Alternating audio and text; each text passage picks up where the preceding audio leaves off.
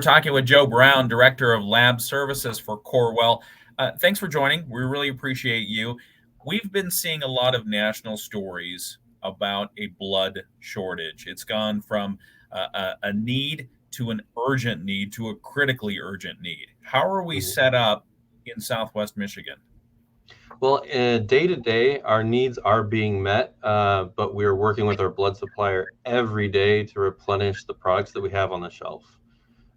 So far, we've had sufficient supply to meet all of our clinical needs, but every blood unit is a donation. So we rely on community members and regular donors to keep those supplies well stocked.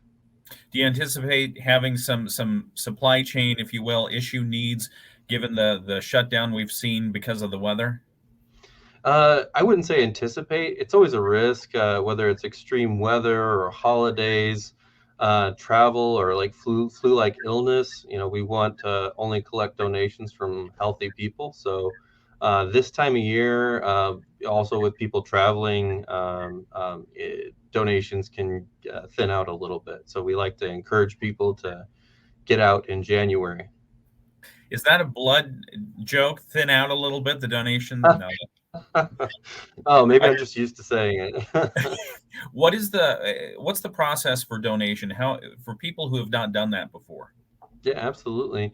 There's donor centers in our community, and a lot of those corporations or companies have their blood drives scheduled. You can schedule into. There's a brief questionnaire at the beginning of a blood donation to make sure you're healthy and well enough to donate, and you can give a good blood donation. And then that blood product can be used to save up to 6 lives, just from a single donation through splitting that into the various blood products.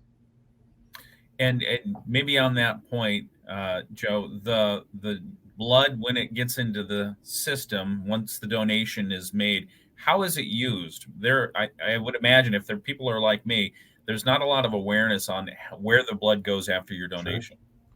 Oh yeah, it goes to lots of different things. The main two are just plasma and red cells. So plasma can be used to give people more volume of a natural product without diluting their blood, and then red cells for those acute bleeds like emergency surgeries, trauma, mothers giving birth, and those types of situations. Okay. Anything else we should be thinking about when we think about blood?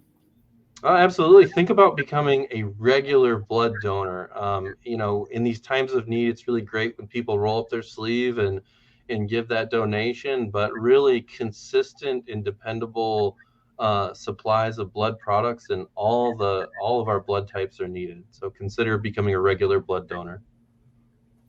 All right, Lab Director Joe Brown, Corewell Health. We thank you for joining us today. Thanks, Ken.